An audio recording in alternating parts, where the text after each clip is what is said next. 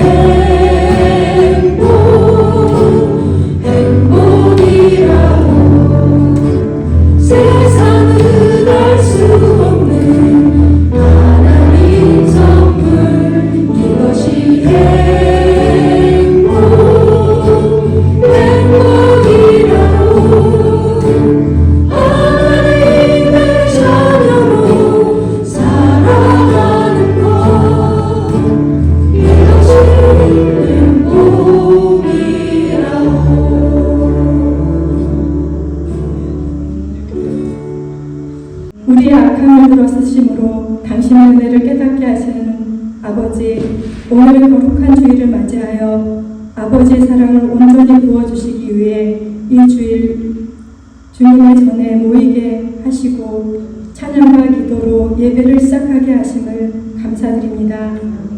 앞서가신 우리 주 예수 그리스도의 믿음으로 그 믿음 안에서 참떡과 참 포도주를 먹여주심으로 당신의 사랑하는 자녀라 칭하여 주시고 아버지의 안식 안에서 평안을 누리게 하여 주시며 우리에게 복을 주시기를 기도드립니다. 아버지의 큰 나라를 소망하게 하시고 나의 기업으로 주시옵소서 기도하고 구함으로 그 참된 양식 가진 자 영원한 내일이 되어 사는 우리 좋은 교회 성도들 되게 하여 주시기를 기도드립니다. 날마다 주시는 이 놀라운 기쁨의 말씀, 생명의 말씀으로 깨달아 살게 하여 주시옵소서. 우리가 받은 값주고 돈 주고 살 수 없는 그 은혜를 받은 자들이 그 말씀, 우리에게 주신 그 말씀을 깨달아 그 말씀이 내 안에서 부어져 완성되며 그것이 은혜인 것을 깨달아 오늘도 들려주시는 생명의 말씀으로 우리의 영이 소생하여 주님을 만나고 가는 귀한 시간, 복된 예배 되어지기를 기도드립니다. 이 모든 말씀을 우리 주, 우리 대제사장, 영원한 왕, 참된 신랑 되신 예수 그리스도 이름으로 기도드립니다. 아멘.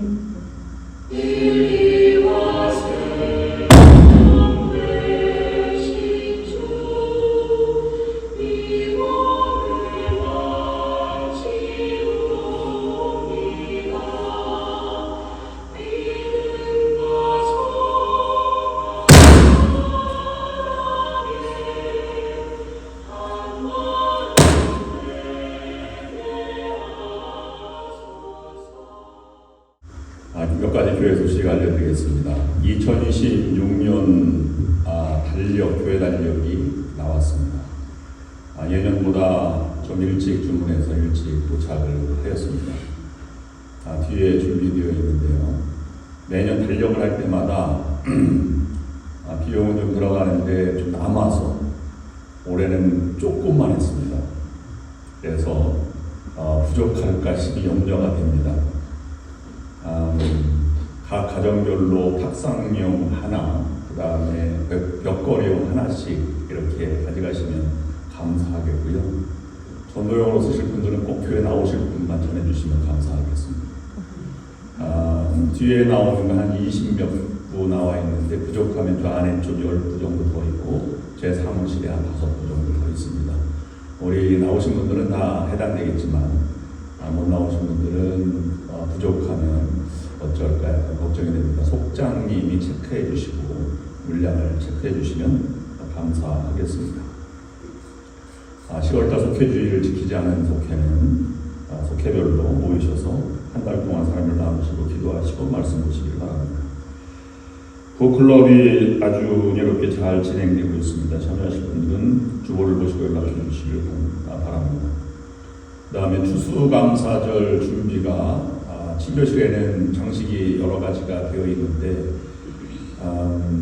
본당에 리스를 달 준비를 이번 주 수요일 날 준비한다고 합니다. 각 가정별로 그 추수감사절 장식들이 많이 준비되고 있을 텐데요. 함께 모여서 가정과 교회 것, 집에 있는 것도 가져오셔서 나누시고 함께 재조절하시면 감사하겠습니다. 관심 있는 분들은 수요일 10시 교회로 모여주시면 감사하겠습니다. 새가족 환영회가 새가족부에서 진행이 되고 있습니다. 11월 9일 두 번째 주일 친교 시간에 진행될 예정입니다. 이미 준비가 한 주 전에 지난주에 한다고 했는데 벌써 음식과 모든 순서가 다 정해졌습니다. 여러분들 함께 참여해 주시고 즐거운 시간 되시길 바랍니다. 그리고 새가족들 환영회에도 많이 참석해서 즐거운 시간 갖지만 또 사택에서 파티도 있습니다. 여러분 함께 도네이션 해주시고 여선교회 수고하시는 분들 함께 참여해 주시면 감사하겠습니다. 11월 20일 목요일 저녁 5시 정도 선택해서 있습니다. 다음 주에는 국가적 한인 코커스 총회가 있습니다. 교회에서 3시에 출발하면 될 듯 합니다. 5명이 대의원이고 함께 하실 분들은 저에게 말씀해 주시면 감사하겠습니다. 이번 코커스, 한인 코커스 총회는 몇 가지 달라지는 것이 있는데요. 예전에는 한인 교회 협의회, 그 다음에 타인종 목회자 협의회 이렇게 나누어져서 두 개 행사가 혼재되어 있기도 한데, 우리 연회의 한인교회는 14개입니다. 그리고 타인종 목회자는 35명입니다.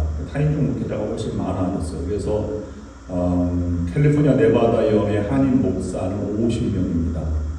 그 50명이 다 모이고 각 한인교회에서 함께 모여서 이제 통합해서 하나의 기구로 나아가는 그러한 총회가 되겠습니다. 여러분 교회마다 또 목사님들과 협력해 주시고 새로운 한 해 사업 계획이 무엇이든지 이런 관심 가져주시면 감사하겠습니다. 참여하실 분들은 여기 말씀해 주시기를 바랍니다. 가정사역부에서 내년 신년 세미나 준비를 위해서 강사, 사례비, 그 다음에 식사, 그 다음에 숙박, 이런 호텔비 이런 것을 마련하기 위해서 세일을 준비하고 있는데, 우리 관심 있는 분들은 우리 윤민아 집사님과 가정사역부로 연락해 주셔서 많이 도네이션 해주시길 바랍니다. 물건이 만약 집에 있으시면 연락 주시면 픽업을 한다고 합니다. 관심 가져주시면 감사하겠습니다. 이상으로 교회 소식 마치겠습니다. 성경 말씀 공독해 드리겠습니다. 오늘 성경 말씀은 사도행전 20장 13절부터 24절까지 말씀입니다. 저와 여러분이 한 절씩 교독으로 읽겠습니다. 제가 먼저 공독합니다. 우리는 앞서 배를 타고 아소에서 바울을 태우려고 그리로 가니 이는 바울이 걸어서 가고자 하여 그렇게 정하여 준 것이라. 바울이 아소에서 우리를 만나니 우리가 배 태우고 미둘레네로 가서 거기서 또한 이튿날 기오 앞에 오고 그 이튿날 사모에 들르고 또 그 다음날 밀레도에 이르니라. 바울이 아시아에서 정체하지 않기 위하여 에베소스나 배 타고 가기로 작정하였으니 이는 될 수 있는 대로 오순절 안에 예루살렘에 이르려고 급히 가리로라. 바울이 밀레도에서 사람을 에베소로 보내어 교회 장로들을 청하니 오매 그들에게 말하되 아시아에 들어온 첫날부터 지금까지 내가 항상 여러분 가운데서 어떻게 행하였는지를 여러분도 아는 바니 곧 모든 경선과 눈물이며 유대인의 관계로 말미암아 당한 시험을 참고 주를 섬긴 것과 그것은 무엇이든지 군중 앞에서나 각 집에서나 거리낌이 없이 여러분에게 전하여 가르치고 유대인과 헬라인들에게 하나님께 대한 회개와 우리 주 예수 그리스도께 대한 믿음을 증언하는 것이라. 그러나 이제 나는 성경에 매어 예루살렘으로 가는데 거기서 무슨 일을 당하는지 알지 못하노라. 오직 성령이 각 성에서 내게 증언하여 결박과 환난이 나를 기다린다 하시니 내가 달려갈 길과 주 예수께 받은 사명 곧 하나님의 은혜의 복음을 증언하는 일을 마치려 하면 나의 생명조차 조금도 귀한 것으로 여기지 아니하노라. 아멘. 아멘.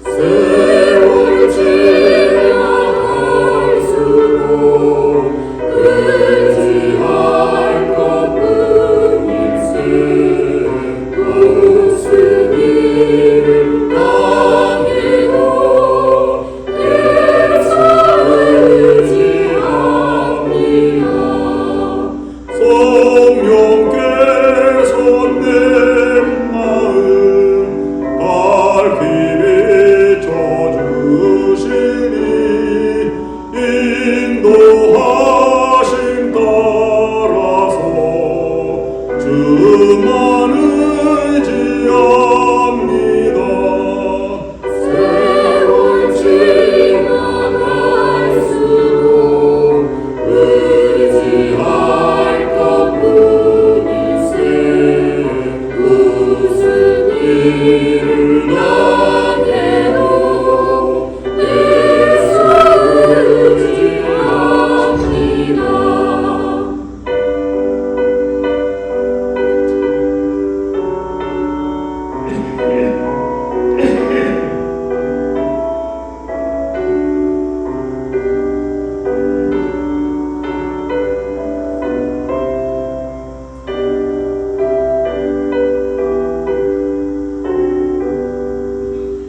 어릴 때의 노래와 어릴 때의 기도로 위대한 내 도움을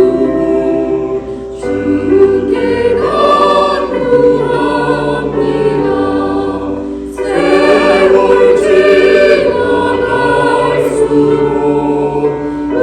지나갈수록 의지할 것뿐일세. 무슨 일을 당해도 예수 의지합니다.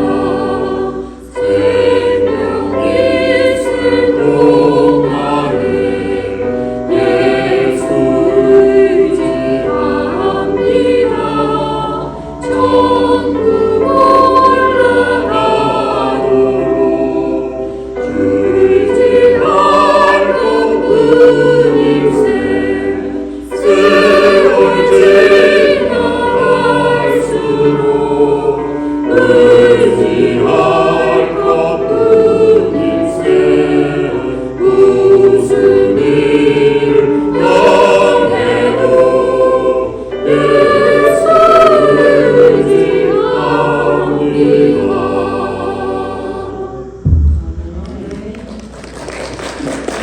건강한 사람과 건강하지 않은 사람과의 차이는 여러 가지 원인이 있을 것입니다. 운동을 열심히 정기적으로 한다든지, 아니면 식사를 정해진 규칙적인 식사를 하든지, 아니면 잠자리를 일찍 들어서 습관을 잘 들인다든지, 또는 다가오는 어려움과 스트레스를 어떻게 관리할지 효과적으로 관리하는 방법을 적용한다든지 하는 사람은 그렇지 않은 사람에 비해서 아주 건강하고 또 활동적으로 살아가게 될 것입니다. 또한 내면의 삶을 살펴보면 참 마음이 편안하고 또 기쁨으로 살아가는 사람이 있는 반면에 어떤 사람은 늘 불평과 불만, 그리고 또 늘 어두운 얼굴을 하고 살아가는 사람들이 있습니다. 살아가는 삶의 태도도 분명하게 나눠지게 될 것입니다. 대체적으로 삶의 모든 순간을 경축하고 또 감사하는 사람은 그의 마음에 참 평강과 은혜가 넘치는 삶의 모습을 보게 됩니다. 그러나 늘 불만이 있고 또 돈과 아니면 세상의 물질들에 집착하는 사람, 즉 욕심을 부리는 사람은 그의 삶에 평안이 없고 불만족이 가득 차 있는 것을 보게 됩니다. 그런 측면에서 보면 우리의 삶은 둘로 분명하게 나누어진다, 이렇게 볼 수 있습니다. 양쪽을 왔다 갔다 하는 경우도 없지 않아 있지만 대체적으로 이런 흐름들을 잘 타고 있습니다. 그런데 지나가다가 어떤 어려운 사람들을 보고 짐을 들어주든지, 아니면 내가 어려울 때 도움을 주는 이렇게 하는 경우가 있고, 전화를 하거나 아니면 가깝게 다가오는 사람이 있을 때 당신의 모습이 참 아름답습니다. 당신의 모습이 바로 그 모습인 것 같습니다. 그렇게 이야기하는 경우가 있습니다. 이와 같은 삶을 살아가는데 사람을 구분하는 심리학자가 있는데 프로이드가 이것을 나눴습니다. 사람의 부분을 크게 두 가지로 나눌 수 있는데, 하나는 집착하는 사람의 모습과 또는 소유하려고 하는 욕심에 사로잡혀 살아가는 모습과, 그렇지 않고 삶의 모든 순간을 경축하고 감사하고 은혜가 넘치는 삶을 살아가는 사람이 있다는 것을 구분하였습니다. 이걸 전문용어로 소유형 인간이나 아니면 존재형 인간이다 이렇게 나누기는 했지만 그렇습니다. 모든 것에 집착하고 소유하려고 하는 사람은 평생 얻고 바라고 누리고 또는 모든 보다 더 풍족한 삶을 향해서 모든 시간과 정성을 다 쏟아붓는 사람이라고 볼 수 있습니다. 그러나 언제나 하나님의 은혜를 감사하고 있는 그대로 인간의 본분을 다하는 것이 나의 삶이다 라고 하면서 삶의 도리를 다하는 사람들의 모습을 보면 그 사람은 내가 살아가는 이유를 묻고 거기에 답하기 위해서 그런 행동들을 하는 것을 볼 수 있습니다. 그렇기 때문에 그의 삶에는 참 평안과 행복이 깃든다고 볼 수 있습니다. 이와 같은 삶이 세상 삶뿐만 아니라 신앙생활에도 동일하게 적용한다고 하는 것을 오늘 본문을 통해서 묵상하고자 합니다. 신앙생활에도요 그대로 적용이 됩니다.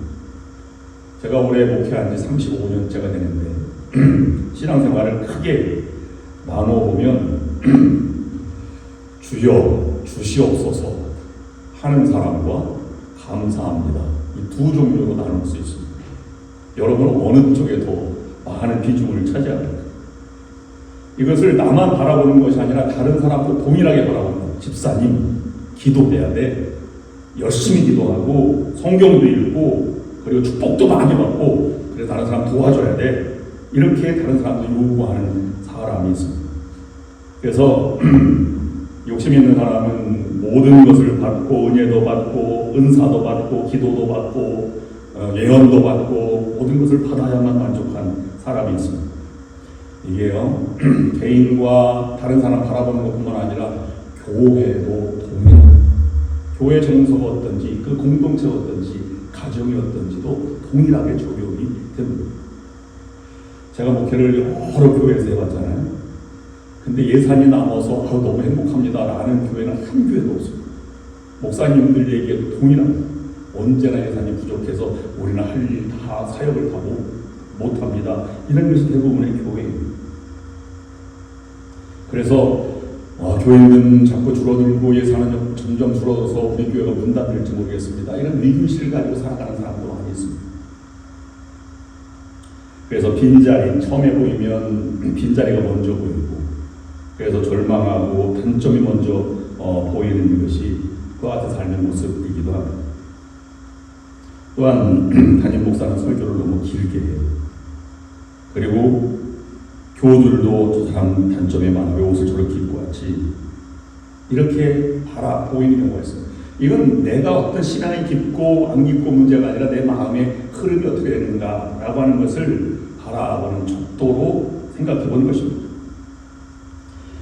그렇게 생각하는 분들은 신앙이 얕다 깊다 말할 수 없습니다. 어떻게 깊은지 아니면 얕은지 알 수 없지만 늘 불만과 부족함을 가지고 살아가는 모습들이다 라고 볼 수 있습니다. 성경은 말합니다. 십자가의 은혜로 구원받은 예수 그리스도의 구속의 은총을 받은 고백한 공동체가 교회다라고 말합니다. 성경을 구속사로 펼쳐보는 많은 분들의 시각을 보면 하나님의 은혜로 죽어있던 우리를 살려주신 그 은혜에 너무 감사해서 나는 살아갑니다 라고 생각하는 그런 신앙인들도 있습니다.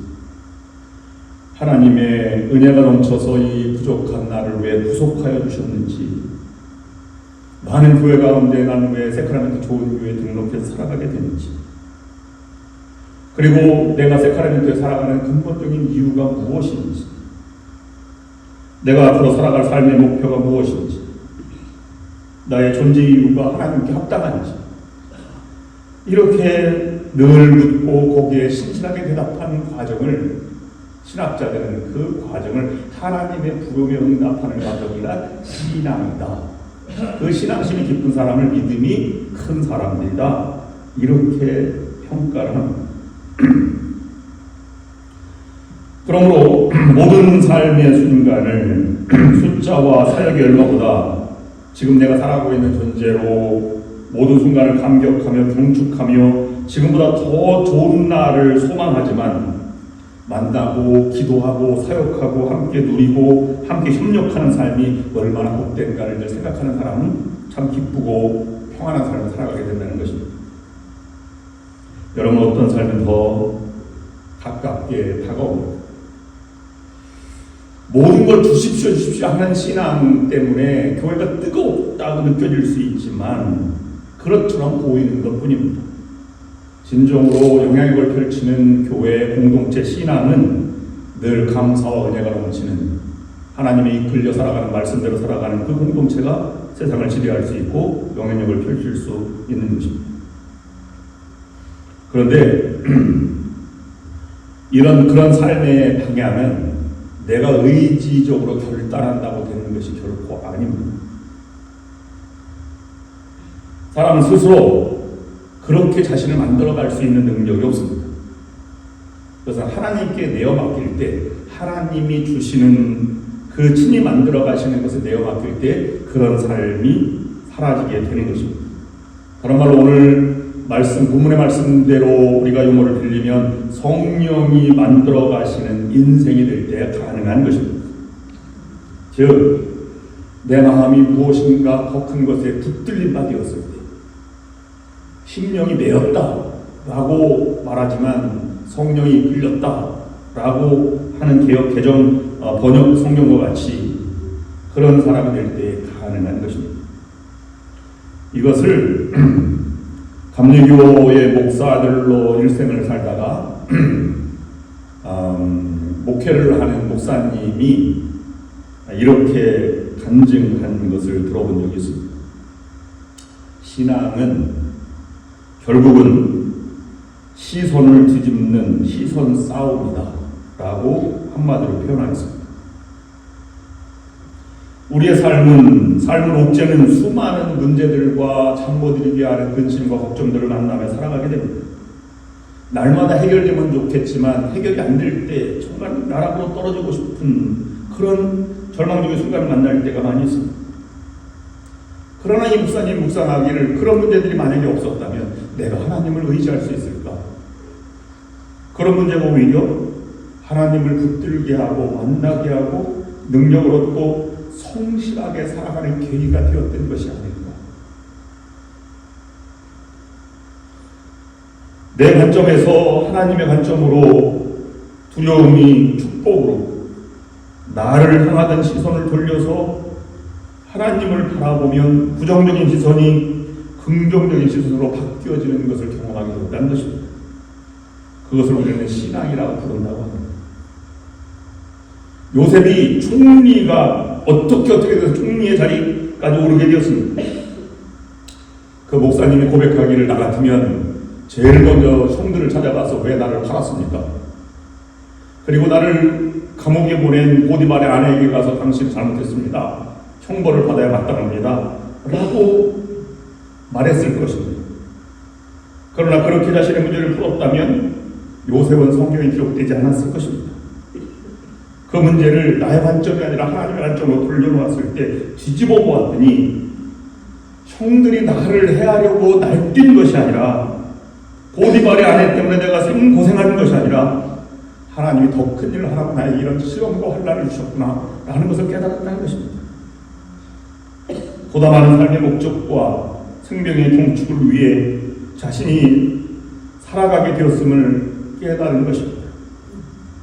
그래서 믿음은 결국 시선을 뒤집는 시선 싸움이다 라고 말했습니다. 오늘 우리에게 내가 지금 처한 상황과 형편을 내 시선이 아닌 하나님의 시선으로 보고 내 관점이 아닌 하나님의 관점으로 해석해낸 영적 능력이 필요합니다. 그럴 때 하나님의 시선과 기준에서 해석하는 능력이 바로 믿음이라고 말하는 것입니다. 하나님의 관점으로 뒤집어보는 작업을 잘하는 것이 믿음이 큰 사람인 것입니다. 오늘 본문은 성령에 붙잡혀서 하나님의 일을 잘 감당하고 있는 성숙한 신앙인, 즉 하나님이 주신 목적 한 가지만 가지고 살아가는 정말로 진지한 성숙한 신앙인 사도 바울에게 전하고 있습니다. 그 바울을 묵상하면서 우리도 그와 같은 삶이 어떤 것인지를 되짚어 보고자 하는 것입니다. 결국 그것이 하나님의 계획이고 또 그런 삶이 우리를 강건케 하는 것이기 때문에 이 삶은 분명히 우리의 자신의 것으로 묵상하고 만들어야 할 것입니다. 바울은 지금 제3차 전도의 마지막 부분에 서 있습니다. 여러분, 안디옥부터 출발한 사도 바울의 여정을 보면 에베소에 들려서 드로로 갔다가 데살로니가, 빌립보, 그 다음에 데살로니가, 그 다음 베레아로 갔다가 고린도에 들려서 다시 고린도에서 예루살렘으로 배를 직접 타고 오려고 하였는데 고린도에 많은 사도 바울을 해하려고 하는 유대인들이 있다는 정보를 듣고 그들로 가다가는 배에 타고 함께 가다가는 죽임을 당할 것이 분명하기 때문에 배를 탈 수가 없어서 다시 돌아서 빌립보를 거쳐서 도라를 거쳐서 그 다음에 밀레도에 탕하고 밀레도 앞에서 에베소로 가는 돌렸다 왔으면 좋겠는데 거기 가장 열정을 쏟고 사랑이 쏟는 것이 에베소이기 때문에 그것을 들렸다 와야 되는데 오순절 전에 예루살렘에 도착해야 되는 여정을 딱 살펴보니까 에베소 들렸다 가기에는 너무 일정이 촉박해서 시간이 날 수가 없어서 서신을 보내서 에베소로 사람을 보내어서 에베소 담임 목사 3명을 담임 목사들을 초청해서 밀레도에 만나서 고별 설교하는 장면이 오늘 말씀입니다. 오늘 첫 소절은 이렇게 기록하고 있습니다. 13절입니다. 우리는 앞서 배를 타고 아소에서 바울을 태우려고 그리로 가니 이는 바울이 걸어서 가고자 하여 그렇게 정하여 주는 것이라. 알 수 없는 배를 타고 아소는 어디며 또 걸어서 간다는 것은 무엇이며 정해준 것은 무엇인가, 이런 알 수 없는 말들이 여기 나열되어 있습니다. 드로아에서 밀레도로 가기 위해 아소를 갔다는 것인데 배를 타고 우리는 아소에서 바울을 태우고 드로아로 가려고 했습니다. 그러니까 데살로니가에서 아소는 첫 성인 것 같습니다. 거기까지 배를 타고 같이 가서 아소에서 바울을 태우려고 갔더니 바울이 이렇게 말하는 것입니다. 나는 드로아까지 걸어가겠네. 자네들이나 먼저 가시게. 그래서 그렇게 정하여 준 것이라 따랐다 하는 것이 본문의 내용입니다. 그래서 14절 15절 말씀을 보면 그것을 추가로 설명하는 것이 있는데 바울이 아소에서 우리를 만나니 우리가 배를 태우고 미둘레네로 가서 거기서 떠나 이튿날 기요 앞에 오고 그 이튿날 사모에 들르고 또 그 다음날 밀레도에 이르니라, 이렇게 기록하고 있습니다. 아소에까지 걸어갔다가 거기에서 바울을 만난 것입니다. 일주일이 지난 것이지. 그리고 배 태우고 밀레도로 건너가서 이튿날 가이오 앞에 그리고 사모에 들고 다음날 고별 설교하는 밀레도에 도착했다는 것을 기록해 주고 있는 것입니다. 밀레도에서 장로들을 불러놓고 고별 설교를 합니다. 눈물의 고별 설교를 하고 그 장면에서 이 에베소의 장로들이 바울의 옷자락을 잡고 거기 가면 안 됩니다. 그리고 가면 분명히 환란이 있을 것입니다 라고 말해서 붙잡았습니다. 그런데 먼저 생각해 볼 것은 왜 바울이 에베소에 있는 목회자들, 장로들을 불렀을까 하는 것입니다. 그것은 하나님의 때를 바울이 알았기 때문입니다. 바울은 이번에 가면 다시는 못 볼 것이라는 것을 알았습니다. 왜냐하면 예루살렘에 가서 잡힐 것이 분명하고 로마에까지 가게 될 텐데 거기에서는 살아 돌아올 가능성이 없다는 것을 이미 알고 있었습니다. 이것은 이번에 가면 전혀 못 볼 것이니까 못 볼 것을 알고 점장이가 나를 보듯이 본 것이 아니라는 것입니다. 그와 같은, 아마도 로마에 가게 되면 순교를 각오해야 되니까 내가 마지막으로 못 볼 사람들, 정이 있던 사람들을 보고 떠나겠다고 하는 그런 절박함으로 지금 정을 나누고 싶어 하는 것입니다. 마치 종말론적인 삶을 살아가는 것입니다. 주여 어서 오시옵소서 마라나타 하는 초대교회 교인들의 모습은 주님 왔으면 좋겠습니다. 그 삶에 오기까지 내가 이렇게 주님만을 기다립니다가 아니라 주님 올 때까지 나는 최선을 다해서 복음의 증인으로 살겠습니다. 다른 사람을 돕겠습니다. 기도의 사람이 되겠습니다. 하나님의 복음의 부활의 증인으로 살겠습니다. 라는 고백과 동일한 것입니다. 하나님은 우리의 날을 이렇게 깨닫기를 원하십니다. 나는 준비가 안 됐으니 올해 쉬고 내년 쉬고 2027년부터 열심히 일하겠습니다. 라는 것이 정말로 우리의 신앙이 아니라는 것입니다. 우리 자신에게 깊이 물어보아야 합니다. 내가 정말로 인간답게 살아가는 하나님의 은혜를 기억하며 살아가는 삶의 모습은 어떠한 것인지를 되묻고 살아가야 할 것입니다. 그러기 위해서 오늘 본문이 우리에게 주는 교훈 첫 번째는 이것입니다. 하나님 앞에 홀로선 바울처럼 우리도 홀로 설 수 있는 능력을 키우는 것입니다. 하나님 앞에 홀로선 바울을 본문은 전하고 있습니다. 바울이 1년 동안 쭉 함께 있다가 아소까지 가는 드로아에서 아소까지 길을 갈 때 왜 혼자 걸어갔을까 하는 것입니다. 13절 말씀 다시 보면 이렇게 기록하고 있습니다. 우리는 앞서 배를 타고 아소에서 바울을 태우려고 그리로 가니 이는 바울이 걸어서 가고자 하여 그렇게 정하여 준 것이라. 기록하고 있습니다. 바울은 왜 거친 길, 이 광야를 홀로 갔는지, 들를 때가 있었는지, 아니면 암살단을 피하기 위해서 홀로 간 것인지, 아니면 다른 이유가 있는지 본문은 전하고 있지 않습니다.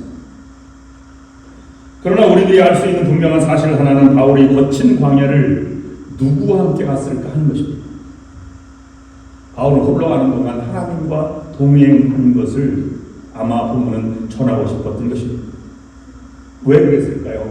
사도 바울은 다가오는 환난, 두고온 많은 교우들, 에베소에서 활동, 고린도에서 여러 가지 분란들, 이런 모든 것을 보면서 내게 진짜 필요한 것은 무엇일까? 나는 동역자들도 중요하고 기도도 중요하지만 내가 하나님을 만나는 경우 하나님이 더 중요하다라는 것을 지금 깨닫고 그 길로 가는 것이 아닐까 하는 것입니다. 바울이 이러한 행동은 변한 것입니다. 이전에 바울은 하나님의 일에 열정적이었습니다. 일을 위해서 하나님을 위한 일이라고 하는 것 때문에 기독교인들을 박해하고 잡아 넣기도 하였습니다.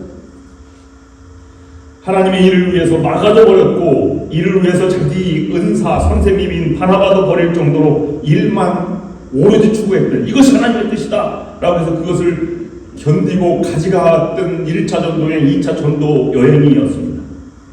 그러나 3차 전도의 마지막의 부분에 보니까 그것이 잘하는 것이 아님을 그는 깨달았습니다. 그래서 하나님과 깊은 가르침과 교훈을 통해서 놀라운 진리를 깨닫게 되었고 지금 하고 싶었던 마음이 있었습니다. 그것은 하나님이 더 중요하다 하는 것입니다. 하나님의 주신 일보다 하나님이 더 중요한 것을 깨달아서 그 길로 하나님과 교제하기 위해서 광야 일길 동안 걸어갔다고 볼 수 있는 것입니다. 지금까지 복음을 위해서 가진 핍박과 고난을 뚫고 여기까지 왔습니다. 그러나 광야를 하나님과 걸으며 주님의 손을 붙잡고 하나님과 대화하며 교제하였을 것입니다. 그래서 깨달은 것은 내가 하나님을 위해서 목숨을 바쳤습니다. 이만큼 일을 하였습니다. 보다 하나님이 나보다 훨씬 소중하구나 하는 것을 지금 느끼고 그렇게 살아가고자 결심하고 있는 것입니다. 이것은 우리의 신앙에도 많이 적용을 합니다. 우리도 그렇게 생각하고 싶어요. 그런데 하나님이 주신 것보다 하나님을 더 사랑해야 되는데 하나님이 주신 것이 더 탐나. 축복과 은혜, 넉넉한 삶의 여유, 걷잡을 수 없는 폭풍과 같은 성령의 능력과 은혜와 축복들, 이것을 기대합니다.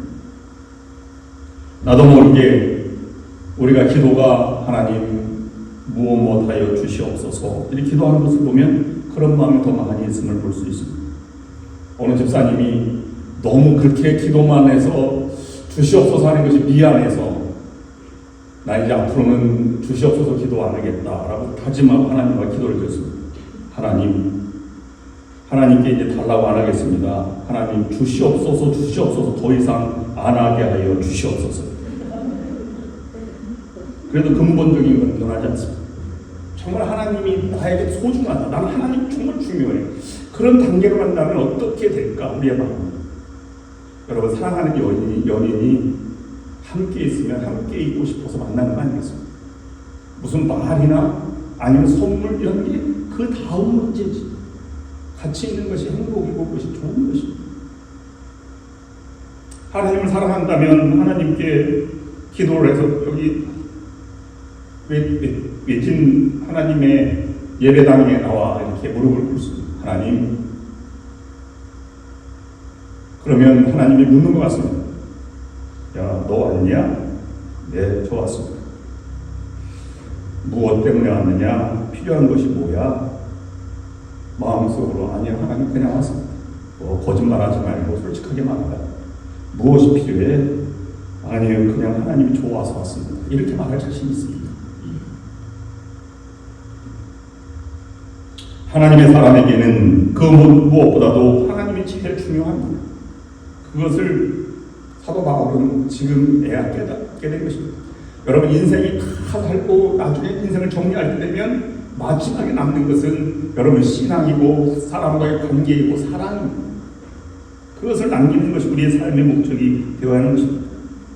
그러기 위해서는 사도 바울이 한 것처럼 하나님의 만남이 먼저 중요한 것입니다. 1대1로 만나는 하나님과의 만남이 얼마나 소중한지 그것 때문에 내가 그런 삶을 살아가게 된 것입니다. 사도 바울이 광야의 길을 일주일 동안 홀로 걷지 않았다면 이런 마음을 갖지 못했을지도 모르겠습니다.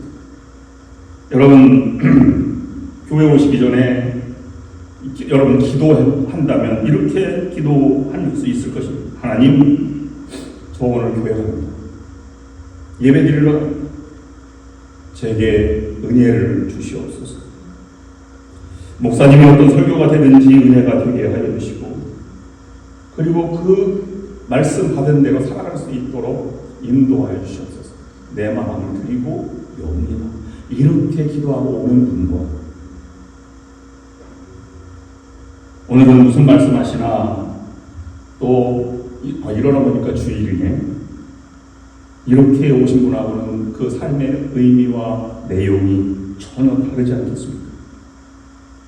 사도 바울의 깨달음 뿐만 아니라 영적인 중요한 비밀이 바로 이것이라고 하는 것입니다. 시편 91편 1절 말씀의 시편 기자는 이렇게 고백하였습니다. 지존자의 은밀한 곳에 거주하며 전능자의 그늘 아래 사는 자여, 이렇게 말하고 있습니다. 지존자의 은밀한 곳에 거하는 자는 전능자의 그늘 아래 사는 자가 된다 하는 말입니다. 은밀한 곳이라고 하는 것은 친구나 아니면 집, 이웃, 아니면 전화, 모든 컴퓨터 이런 것을 다 떠나 있는 은밀한 곳이라고 하는 것입니다. 여러분들도 인생에 이러한 은밀한 하나님과의 만남을 가지시기를 바랍니다. 이전에 너무 바빠서 기도할 수 없었고 하나님 일에 전념하느라 자기 모습도 물어본 적도 없는데 하나님에게 자기 사정도 알지 못했던 바울이 역시 일보다는 하나님이 중요하다는 것을 깨닫기 시작했고 그것을 지금 경험하고 있는 것입니다. 여러분의 은밀한 장소는 어디입니까? 하나님을 만나긴 만났습니다. 그분의 말을 듣습니다. 그 장소가 있어야 하나님을 사랑하게 되고 기도의 열매가 있고 가르침의 열매가 있고 배움도 열매가 있고 봉사와 섬김도 요동치지 않는 변함없는 섬김의 열매가 있게 되는 것입니다. 예수님을 통해서 이 진리는 전해지게 되었습니다. 마태복음 14장 23절 말씀, 무리를 보내신 이후에 기도하러 따로 산에 올라가시니라 저물매 거기 혼자 계시더니, 동일한 말씀을 누가복음 5장 15절 16절에 이렇게 기록하고 있습니다. 예수의 소문이 더욱 퍼지며 수많은 무리가 말씀도 듣고 자기 병도 고침을 받고자 하여 모여오되 예수는 물러가서 한적한 곳에서 기도하십니다. 많은 사람이 몰려오면 1차 집회, 2차 집회, 3차 집회 이렇게 집회를 연장하여 진행하는 것이 아니라 오히려 하나님의 일대일 관계가 더 중요하다는 것을 떠나있던 예수님의 모습을 우리가 묵상해야 하는 것입니다. 내 믿음과 기도가 응답받기 위해서는 내 찬양이 하나님의 영광이 되기 위해서, 내 섬김과 봉사가 하나님의 영광이 되기 위해서 1대1로 만나는 과정이 필요한 것입니다. 여러분, 찬양단이 찬양하는데 찬양의 모든 것은 이와 같은 과정으로 나가는 길을 인도하고 있습니다. 하나님, 저가 왔습니다. 은혜로 인도하여 주시옵소서. 이것을 가지고 그러면 우리들에게 예수님은 골방 기도를 강조하였습니다. 마태복음 6장 6절 말씀에 너는 기도할 때에 내 골방에 들어가 문을 닫고 은밀한 중에 계신 내 아버지께 기도하라. 은밀한 중에 보시는 내 아버지께서 갚으시리라. 골방이라고 하는 것은 아무것도 안 들리는 곳이라고 생각하지만 성서적으로 이제 골방이라고 번역한 이것은 템노 타마스라고 히브리어로 나누어서 번역할 수 있는데, 이것은 템노는 자르다는 것입니다. 그 다음에 타마스는 총직이라는 뜻입니다. 즉 일이라고 하는 것이죠. 맡겨진 일을 잘라서 이 아무 일도 벗어나서 하나님과 깊이 만나는 곳이 있느냐, 너는 내 그 골방에 들어가라. 이렇게 인도하는 것입니다. 지금 사도 바울은 광야 일주일 동안의 길을 걷는 것이 골방이었던 것이죠. 초대교회나 많은 수도사들은 이런 세상의 혼란을 피하기 위해서 골방으로 찾아가 사막의 수도승이 되기도 하였습니다. 거기서 하나님 홀로 만나고 싶었기 때문입니다. 이런 골방의 감격과 하나님을 만나는 경험이 있는 그런 사람을 오늘 사도 바울은 22절에서 성령에 매임받은 사람이라고 분명하게 말씀하고 있습니다. 하나님이 중요하다. 하나님을 만난 사람, 그 후에 어떻게 살아갔는지 바울의 행동을 보면 심령에 매임받은 사람처럼 살아간다 하는 것입니다.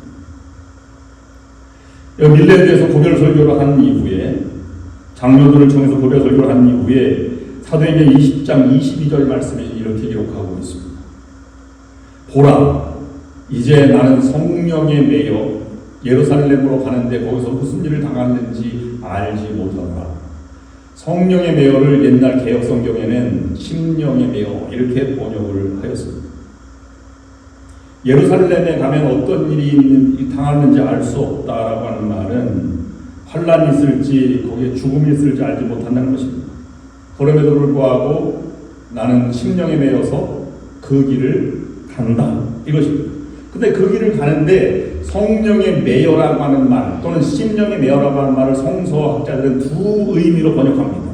첫 번째로는 성령의 손에 붙잡혀서 in the spirit이라고 번역합니다. 성령에 붙들려서 나는 가기 싫지만, 내 죽음이 싫지만 그 길로 나는 안 갈 수 없어서 성령에 붙들리는 대로 간다는 것이 심령의 매여, 이것이 성령의 손에 붙잡혀서 라는 뜻입니다. 다음 보다 더 적극적인 번역은 심령에 매여 또는 성령에 붙들려서 라고 하는 성령에 매여라고 하는 말은 in the spirit이 아니라 by the spirit, 성령에 의해서 나의 마음도 기쁘고 그 길을 나는 가기를 원하고 성령께서 그것을 원하는지 알아서 그 길로 간다. 거기에 죽음과 환란이 있어도 나는 상관없다. 마음에 큰 감동을 받아서 라는 뜻으로 번역을 하고 있습니다. 이 때문에 이 구절은 성령의 손에 붙잡혀서 라고 해석하는 것이 옳은 번역입니다. 지금까지 사도 바울은 그가 사도가 된 것도, 그 다음에 바나바에서 안디옥교에 담임으로 온 것도, 1차 전도 여행을 출발한 것도, 2차 여행을 간 것도, 모든 교회 갈 때, 모든 지역에 갈 때마다 교회가 세워지고 기적이 일어나는 것도 다 성령의 역사, 성령에 이끌려서 간 것입니다. 그래서 지금도 하나님 성령에 매여 이 길로 끝까지 가겠노라 라고 하는 것으로 성령 충만한 자의 모습을 우리에게 보여주고 있습니다. 그러면 우리들도 무엇에 매여 살아가는지를 다시 한번 되돌아보아야 할 것입니다.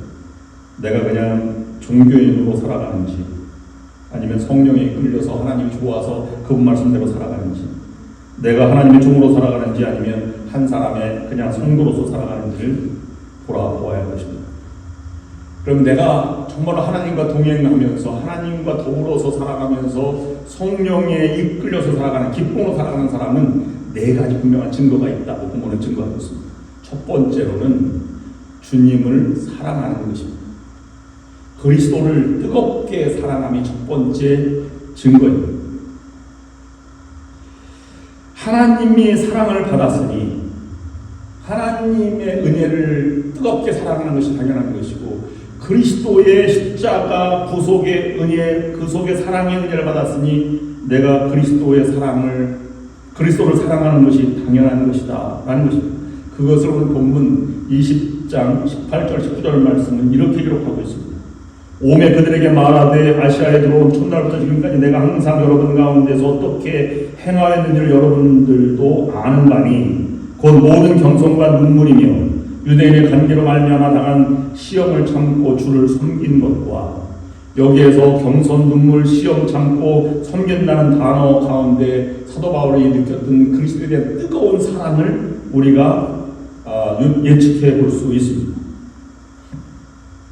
그리스도를 사랑하는 성도에게 외적으로 분명히 나타나는 증표가 있습니다. 그것은 사랑은 감추지 못한다는 것입니다. 사랑은 어떻게든 표현이 되게 되어 있습니다. 오죽하면 이것을 감추지 못하면서 생긴 병이 있는데 상사병이라고 하는 병도 있지 않습니까? 정말로 사랑한다면 저절로 겸손하게 되어 있습니다. 주님을 위해 인내하고 참고 견디게 하는 능력이 있게 되며 정말로 사랑하면 이전에 알지 못했던 섬김이라고 하는 것이 인생을 주관하게 되어 있다는 사실을 발견하게 됩니다.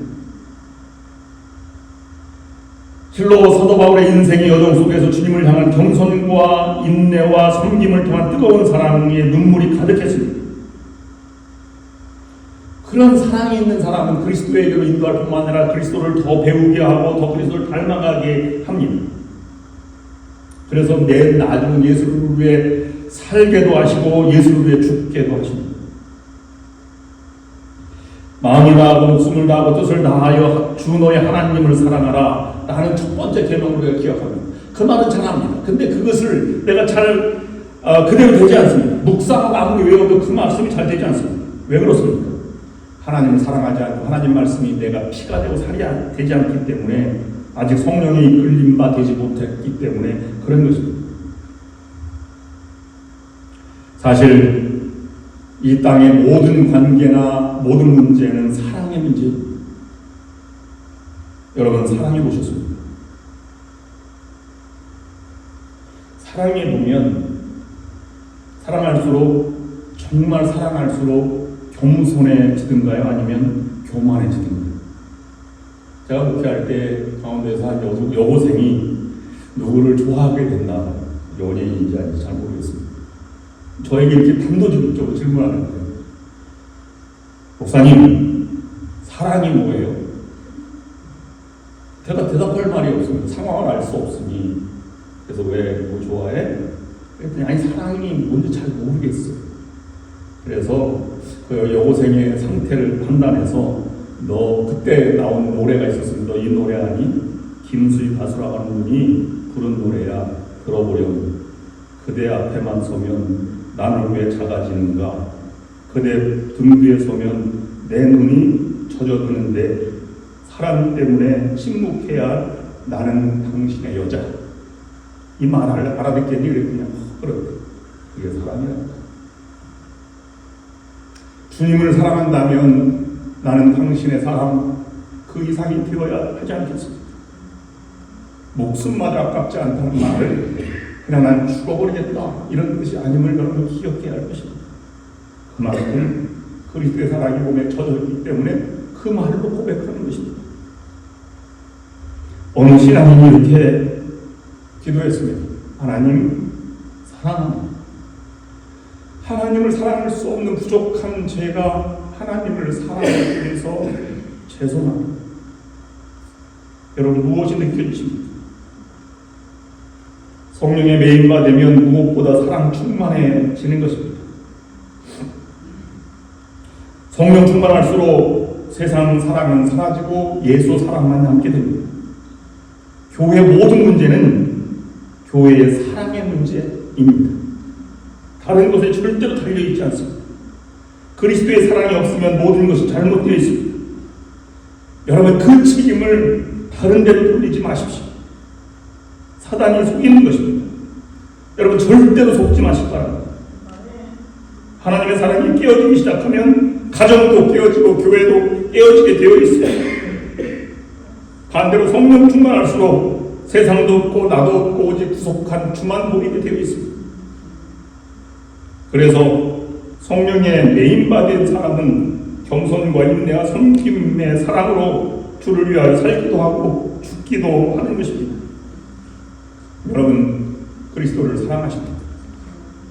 두 번째, 성령의 메인바된 사랑의 특징은 모든 영혼을 사랑하는 것입니다. 24절 말씀이 이렇게 기록하고 있습니다. 내가 달려갈 길과 주 예수께 받은 사명 곧 하나님의 은혜와 복음을 증언하는 일을 마치려 하면은 나의 생명조차 조금 더 귀한 것으로 여기지 아니하노라 라고 말합니다. 왜 그렇습니까? 여러분들도 사랑하고 밀레도에서 만난 목회자들도 사랑하고 장로들도 사랑하지만, 그러나 나는 나를 죽이려고 찾아왔던 유대인들이 거한 예루살렘에 있는 사람도 너무 불쌍해서 그들을 사랑합니다. 그래서 난 예루살렘으로 가겠습니다 라는 것입니다. 성령의 메인바된 바울은 모든 영혼, 유대인 반대하는 사람의 영혼까지도 사랑하는 지경에 이르게 된 것입니다. 우리말로 다시 바꿔서 말하면 이 사랑은 모든 사람, 즉 내가 만나는 내 앞에 다가오는 모든 사람을 사랑하게 되어 있다는 것입니다. 그래서 히브리서 12장 14절 말씀 보면 모든 사람과 더불어 화평함과 거룩함을 따르라, 이것이 없이는 아무도 주를 보지 못하리라 라고 말씀하고 있습니다. 성령에 붙잡힌 바 되면 하나님의 마음으로 모든 영혼들을 사랑하며 기도하며 품고 그들과 함께 살아갈 수 있게 됩니다. 솔직히 여러분 고백해 보십시다. 여러분, 그 사람만 보면 피하고 싶고 만나고 싶지 않고 말하고 싶지 않은 사람이 계시다면 분명한 것은 그 사람의 행동과 그 사람의 태도와 그 사람의 말, 이런 것 때문일 수 있습니다. 그러나 그렇게 바라보는 나를 바라볼 때 문제는 내가 성령의 특별한 뜨거움과 매입가 되지 못했기 때문에 그럴 수 있다는 사실을 여러분 기억해야 하는 것입니다. 나는 저 사람 때문에 시험 들었습니다. 그 사람이 잘못됐습니다. 그 사람이 내 원수와 같이 느껴집니다 라고 말할 수 있을 것입니다. 그러나 그 사람이 잘못된 것은 그 사람이 감당할 몫이고, 나에게 문제가 하나 있다면 내가 성령에 이끌림받지 못해서, 매인받지 못해서 그 사람을 사랑하지 못하는 것이 더 큰 문제일 수 있다는 것입니다. 내가 충만하면 그리스도의 사랑이 충만할 뿐만 아니라 그 사랑이 내가 넘쳐나서 내가 해를 끼친 원수까지도 복을 빌 수 있는 단계까지 가게 된다는 것입니다. 이것은 여러분의 기도와 능력으로 되지 않습니다. 성령의 오직 충만함으로만 가능한 것입니다. 원수를 품고 복음을 전할 수 있는 이런 마음을 아는 사람만이 가능한 상태입니다.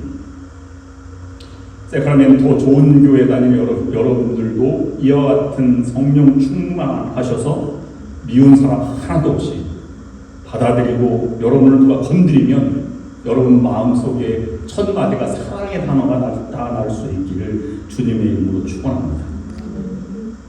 세 번째 성령의 메인바된 특징은 용기, 담대한 용기입니다. 23절 말씀, 오직 성령이 각 성에서 내게 증언하여 결박과 환난이 나를 기다린다 하시나, 미리 말하여서 성령이 막는다는 것을 알았습니다. 그러면 그 길을 가지 못하게 하는 것이 아니라 그럴지라도 고난의 길을 담대하게 하도록 준비시키기 위해서 이 말씀을 준 것입니다. 그러므로 그 길을 장차 당할 일을 몰라서가 아니라 그건 알지만 그런 종류까지, 고난 종류까지 구체적으로 알 수 없지만 어떤 환난과 핍박이 기다리고 있음도 알아서 그 고난이 두렵지 않게 갈 담대한 용기를 갖도록 하는 것이 성령의 붙들림 받은 사람의 특징이라고 하는 것입니다. 예수님도 십자가에서 이루신 승리를 확신하도록 성령이 도왔다는 것을 요한복음 16장 33절 말씀에서 기록하고 있습니다. 세상에서 너희가 환난을 당하나 담대하라 내가 세상을 이겼노라. 그런데 우리는 두려워하고 살아갑니다. 걱정하고 살아갑니다. 왜 그렇습니까? 이 말씀이 내게 살이 되지 않기 때문에 그렇습니다. 실제로 경험하지 못했기 때문에 두려움에 쌓인 것입니다. 로마서 8장 38절 39절 말씀 보면 이렇게 기록하고 있습니다.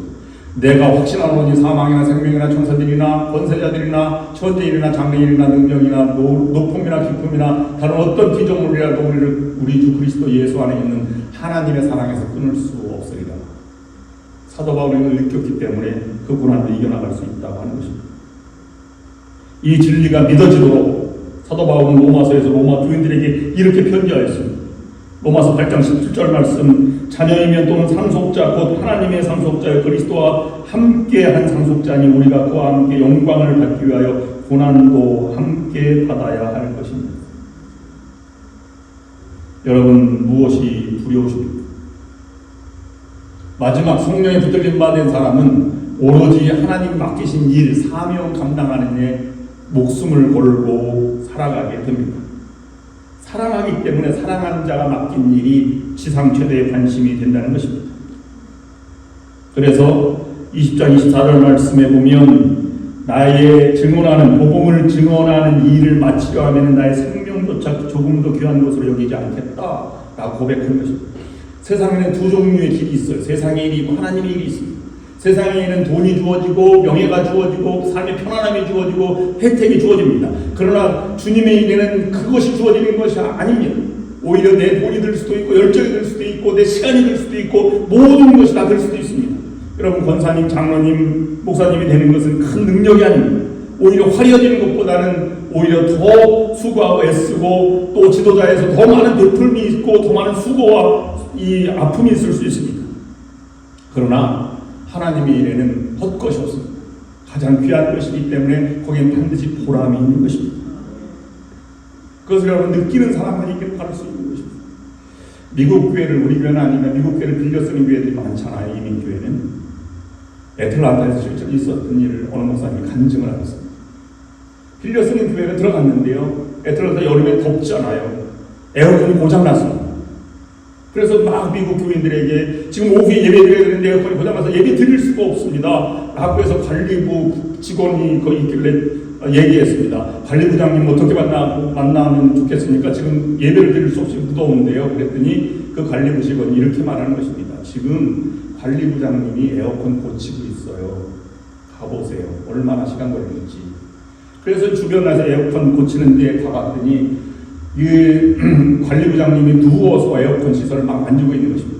그랬더니 목사님이 생각하기를 얼마나 가난하면 평일날 이렇게 예배 다 끝났는데 집에 가지 않고 에어컨을 고치고 있는가 참 불쌍하다. 저거 누군지는 모르지만 하여튼 그런 생각이 들었답니다. 나중에 알고 보니까 그 에어컨을 고치는 사람이 IBM 부사장이었다는 사실을 알게 되었습니다. 똑같잖아요. 자기 회사가 에어컨이 고장나면 자기가 고치겠습니까? 다른 개념 아닙니까?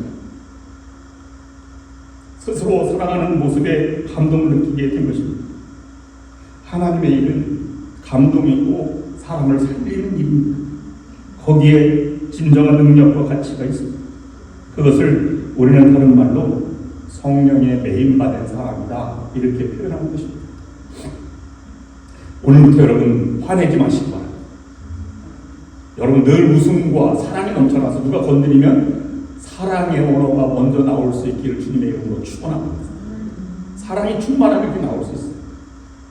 신학에서는요 하나님이 세상을 창조했다고 말하잖아요. 이것을 플라톤 철학과 더불어서 논쟁 속에 변증 신학에서 이렇게 얘기합니다. 하나님이 사랑이 너무 많아가지고요 사랑이 넘쳐나서 나오는 것이 세상이랍니다. 그 사랑의 유출설이라고 표현합니다. 그렇게 됐다면 여러분의 아무리 신앙이 좋아도 이것을 사랑이 넘치지 않으면 사랑으로 나타날 수가 없습니다. 여러분들도 사랑이 넘치는 그런 오직 종은요 울리면 종소리라고 돼 있어요. 왜냐하면 그걸로 그 물질로 만들었기 때문에 종소리가 들립니다. 하나님은 사랑이시다. 또는 내가 하나님을 사랑합니다. 너희는 하나님을 사랑하고 내 자신을 사랑하고 내 이웃을 내 몸같이 사랑하라. 이 사랑의 언어를 여러분 자신을 만들어가신 여러분들 될 수 있기를 바랍니다. 이제는 우리를 십자가의 보혈로 구속하여 주셔서 새로운 피조물로 살아가게 하신 우리 주 예수 그리스도의 십자가의 사랑과 전능하신 하나님 아버지의 지극하신 사랑하심과 우리에게 언제나 동행하셔서 위로하여 주시고 힘과 용기를 주시는 성령의 역사인도 교통하심이 오늘 예배를 마치고 나가는 모든 성도들 위해 저들의 가정과 하는 모든 일 위해 지금부터 영원토록 함께 없으기를 간절히 축원하옵나이다. 아멘.